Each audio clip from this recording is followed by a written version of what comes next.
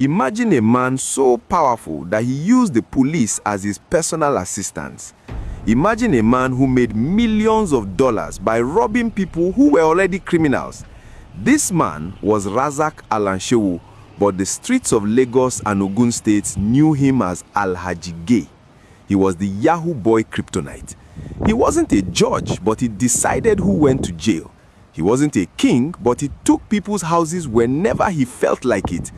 On July 20, 2015, the world watched as this untouchable man was chased through the streets like a common thief, bleeding from his neck and crying for help that would never come. This is the story of how one man terrorized Nigeria for years until the people finally decided they had seen enough blood. Alhaji Gay was a very tall and well-fed man who lived a life of luxury. He did not have a regular job like a doctor or a teacher.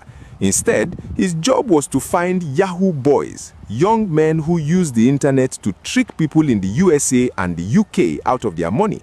Most people think that the police are the ones who should arrest these fraudsters, but Alhaji Gay had a different plan. He would wait until a Yahoo boy successfully got a large amount of money from abroad, then he would show up at their house with a team of armed men. Sometimes these men were real police officers from the SARS unit or the EFCC, and sometimes they were just thugs dressed in uniforms. He would jump over their fences early in the morning and show them fake papers that said the Inspector General of Police wanted them arrested. Because the boys were doing something illegal, they were too scared to call the real police.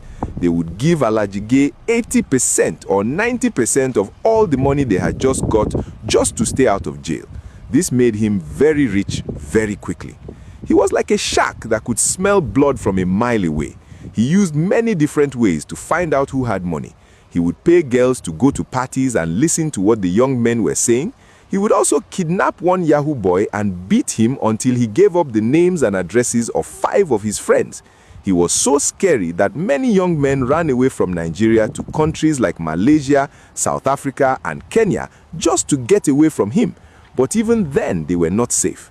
Alhaji Gay had so much power and so many connections that he would sometimes fly to those countries, find them, and bring them back to Nigeria to extort more money from them.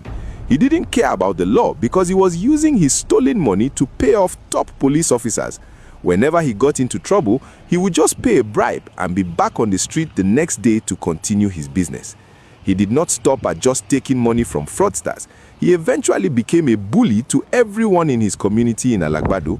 He started taking land from old men who had worked their whole lives to build a small house for their families. He would